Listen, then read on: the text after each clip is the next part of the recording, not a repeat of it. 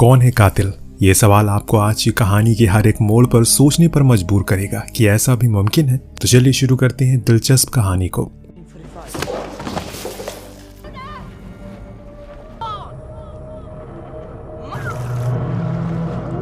कहानी की शुरुआत एक परिवार से जो दुनियादारी से अलग इस बर्फीले इलाके में रहती है, यहीं पर अपना गुजारा करती है। ये परिवार सिर्फ 2 लोगों से बना है, हालांकि इसमें एक शख्स भी है जो कभी नजर नहीं आता, पर ज्यादातर समय तो ल्यूक और उसकी माँ ही साथ रहते हैं। तो आज वो शख्स आया है और जो असल में ल्यूक का पिता है और उनसे दूर रहता है, लेकिन कभी कभी वो आता रहता है ताकि ये लोग अपने जरूरतों के सामानों को हासिल कर सके। जैसे कि आज वो उनके लिए राशन का सामान लेकर आया है। इसे देखकर ल्यूक बहुत खुश होता है क्योंकि उसे बड़े ही दिन बाद कुछ अच्छा खाने का दिल कर रहा था। बात करने के दौरान वो उसे पढ़ाने के लिए बैठ गया। यहाँ तक तो आपको सब कुछ एकदम सही दिख रहा होगा। एक बाप अपने बेटे को पढ़ा रहा है और बगल में उसकी माँ बैठी है। कितने खूबसूरत पल है दिखने में, लेकिन जरूरी नहीं है पेड़ के फल लगा हो तो वो खाने के ही लायक हो। ल्यूक का जो पिता है उसकी गलती की सजा उसे नहीं बल्कि उसकी माँ को देता है, वो भी बड़े ही बेहुदा ढंग से।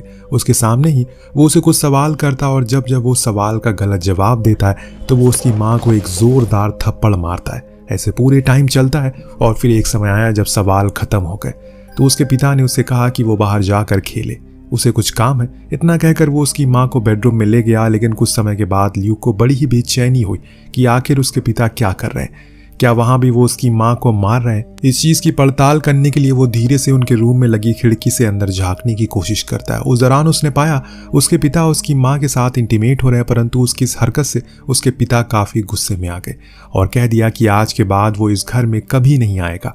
इतना सुनते ही ल्यूक की माँ क्लारा मानो पागल हो गई।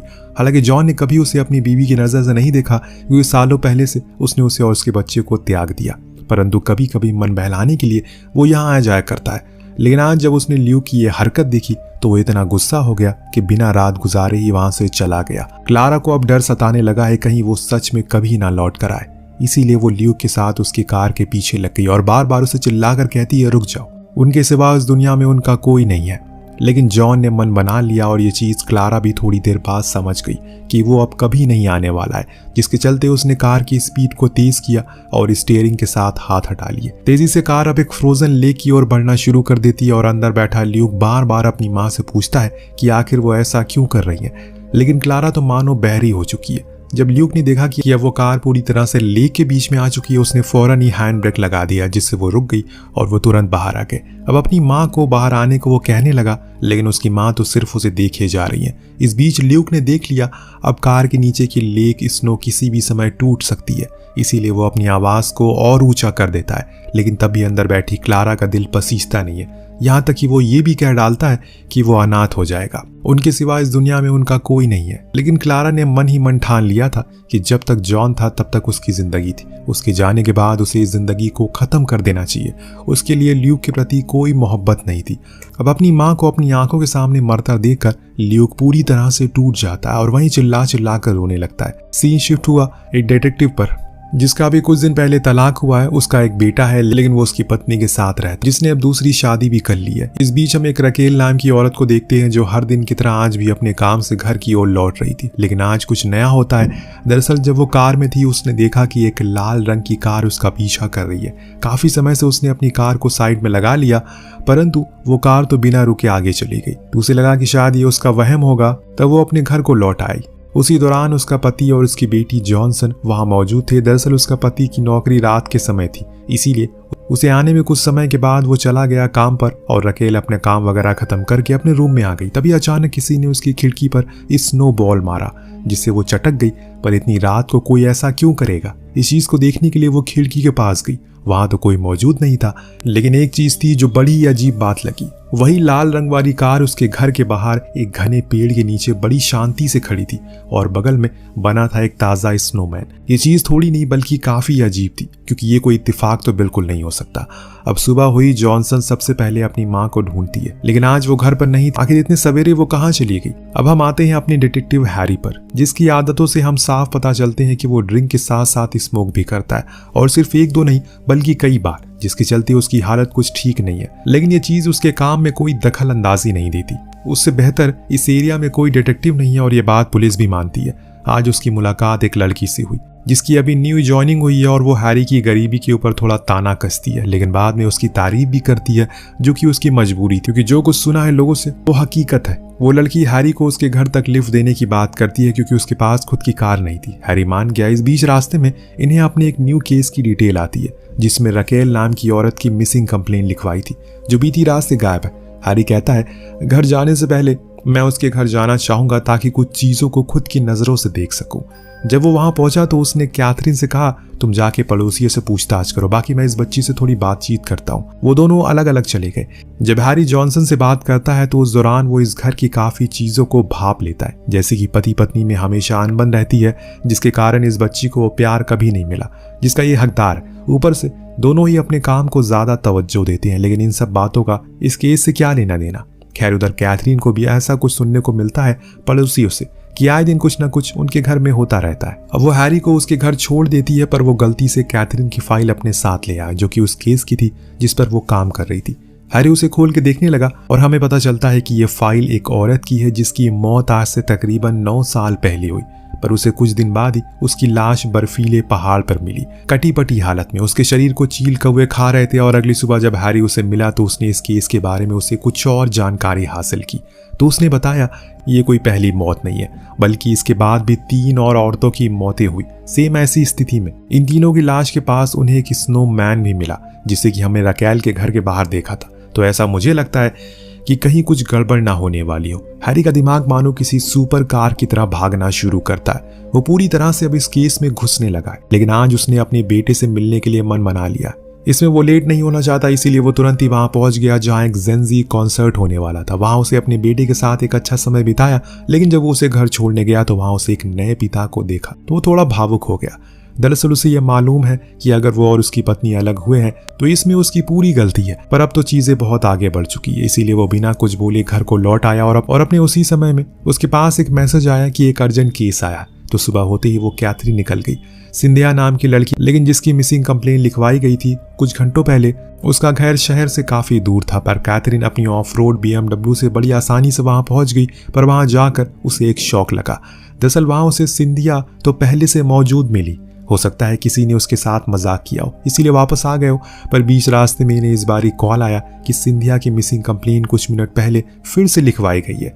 तो इन्होंने पूछा कि किसने लिखवाई है, क्या हमें उसका पता मिल सकता है। पता मिलते ही ये फौरन पहुंचे तो वहां भी उन्हें सिंधिया खड़ी मिली। पर एक मिनट, ये वो सिंधिया नहीं है, दरअसल ये उसकी जुड़वा बहन है, जो बताती है कि हाँ, मैंने ही अपनी बहन की मिसिंग कंप्लेन लिखवाई थी कुछ समय पहले, क्योंकि वो मिल नहीं रही है और मुझे उसकी चिंता है कि वो कहाँ गई। लेकिन एक मिनट, अभी तो वो कुछ देर पहले ही उसे मिली थी। अगर वो सिंधिया नहीं थी तो वो कौन थी? एलन, जो उसकी जुड़वा बहन है, उसने बताया वो काफी समय से उसे फोन भी कर रही है, लेकिन कुछ पता नहीं है। अब इसके बाद उन दोनों ने वापस उसी घर जाने का फैसला किया, पर दोस्तों अब देर हो चुकी है। इन्हें वहां पर सिंधिया की कटी सर की लाश मिलती है, जिसके पाले हुए चिकन्स उसे खा रहे थे, लेकिन उसके खून की गर्मता को देखकर हैरी समझ गया कि ये काम अभी कुछ देर पहले हुआ, इसीलिए वो फौरन गया ताकि कुछ सबूत मिल सके। अब उसने इधर उधर देखा तो उसे कुछ पैरों के निशान मिले जो बर्फ में अभी भी ताजे थे एकदम।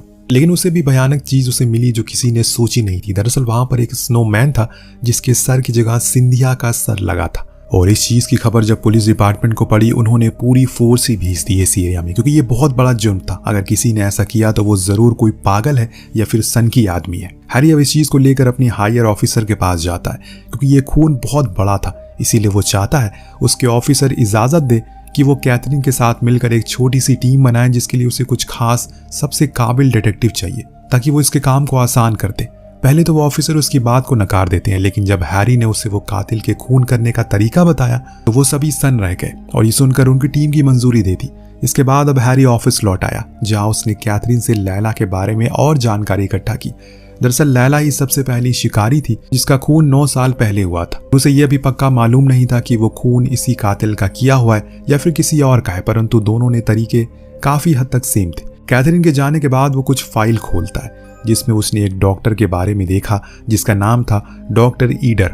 दरअसल ये सिंधिया और दोनों का ही डॉक्टर था और वो उसके पेशेंट थे। तो जरूर उसे कुछ पता होगा, इसीलिए वो उसके पास कुछ बातें करने गया। पर डॉक्टर ने यह कहकर साफ इनकार कर दिया वो अपने पेशेंट की इनसाइड इंफॉर्मेशन किसी को नहीं देता, तो उन्हें यहाँ से चले जाना चाहिए क्योंकि रुकने का कोई फायदा नहीं है। वो भी समझ गया कि रुकने का कोई फायदा नहीं है, परंतु उसी रात उसके हाथ कुछ और चीजें लगी जो काफी अहम भूमिका निभा सकती है उस कातिल को पकड़ने के लिए। तो बात ऐसी है कि डॉक्टर ईडर का किसी आरवे नाम के लोकल बिजनेसमैन के साथ काफी पुराना संबंध है और उसी बिजनेसमैन ने फेडरिक नाम के शख्स के साथ कुछ साल पहले एक कंपनी खरीदी थी। अब आप सोच रहे होंगे कि इन सब में इन चीजों का क्या लेना देना है, तो मैं बता दूं फेडरिक की बीवी ही लैला थी और यही कनेक्शन उसे फेडरिक से मिलने के लिए उसे मजबूर कर देता है। उसने बड़ी ही सूझबूझ के साथ फेडरिक से मीटिंग फिक्स करी। उस दौरान से उसकी बीवी के बारे में काफी कुछ पूछा तो फेडरिक ने बताया जब उसकी बीवी का कत्ल हुआ उस दौरान एक राफ नाम का डिटेक्टिव उसी केस पर काफी शिद्दत के साथ लगा हुआ था, परंतु एक दिन उसकी लाश उसी की गैराज में मिली। डिपार्टमेंट ने खुदकुशी कहकर केस को बंद कर दिया, पर मुझे ऐसा नहीं लगता क्योंकि मैं राफ्ट को काफी अच्छे से जानता था। वो बंदा खुद को मारने वालों में से नहीं था। एक और पहलू जुड़ गया इस कहानी में, इसीलिए अब हैरी राफ्ट के बारे में जानकारियां लेना शुरू करता है। थोड़े समय के बाद उसे पता चला राफ्ट काफी अच्छा डिटेक्टिव था, पर उसके घर की हालत ठीक नहीं थी, इसीलिए वो केबिन में रहा करता था अपनी बेटी के साथ जिसका नाम है कैथरीन। क्यों हिल गए ना आप? अब यहाँ हैरी को समझ में आ गया असल में कैथरीन क्यों इस लैला वाले केस के पीछे इतनी ज्यादा पागल हुई पड़ी है। वजह असल में है उसके पिता के कातिल को ढूंढना। इसी दौरान कैथरीन जो कि ऑफिस में उसी के पास डिपार्टमेंट में मैसेज आया।